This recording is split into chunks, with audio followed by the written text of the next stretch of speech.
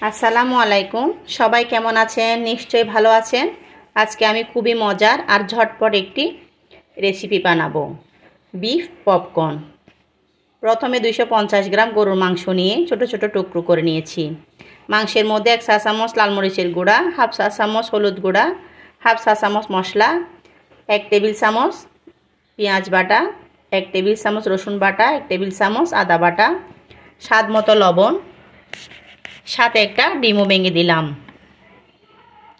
সব একসাথে মেখে একটা ম্যাজিক মশলাও ছড়িয়ে দিলাম। এবার আরও একটু ভালো করে মেখে 30 মিনিট ম্যারিনেট করে রেখে দিলাম। 30 মিনিট পরে ফিরে এসে বিফ পপকর্নের জন্য ব্যাটারটা তৈরি করে নেব। ব্যাটারের জন্য দিলাম 2 টেবিল চামচ চালের গুঁড়া, 1 টেবিল চামচ কর্নফ্লাওয়ার, হাফ চা চামচ মশলা, 1 চা চামচ মরিচের গুঁড়া, সব একসাথে মিশিয়ে সামান্য পানি অ্যাড করে ব্যাটারটা তৈরি করে নিয়েছি। এবার ম্যারিনেট করা মাংস ব্যাটারে ডুবিয়ে ডুবো তেলে বাদামি করে ভেজে নিচ্ছি। মাশাআল্লাহ, খুবই মচমচে আর সুস্বাদু হয়েছে। এখন গরম গরম পরিবেশন করে নিব। আলহামদুলিল্লাহ, সেই স্বাদ।